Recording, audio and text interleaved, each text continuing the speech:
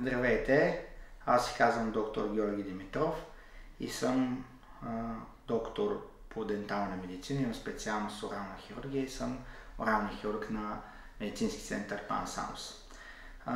Основно се занимавам с орална хирургия, затруднени екстракции, проблеми с синусите, също така и с пренеоплазии.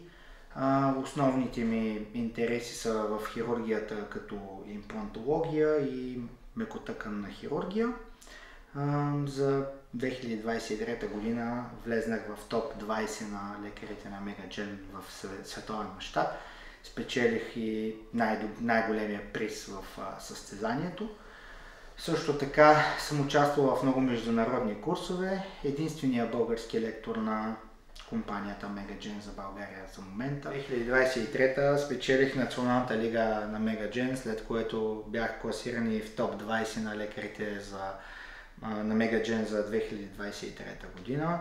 Участвал съм в много международни курсове като курсант.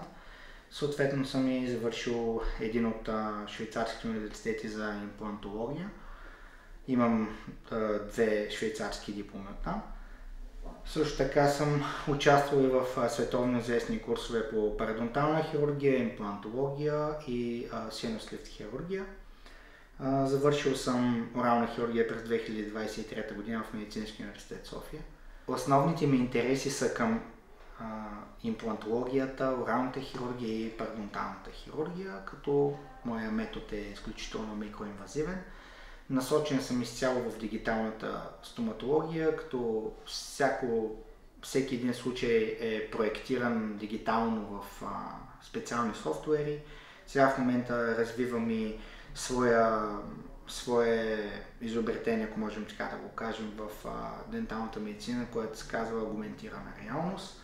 Също така оперираме изцяло дигитално водена хирургия, като можем да възстановим съзъбието на един пациент за един ден, като поставим имплантите, ако те имат добра инициална стабилност, да възстановим изцяло неговото съзъбие веднага с зъби, т.е. пациента идва и правим one day surgery, т.е. за един ден ние възстановяваме изцяло неговата усмивка.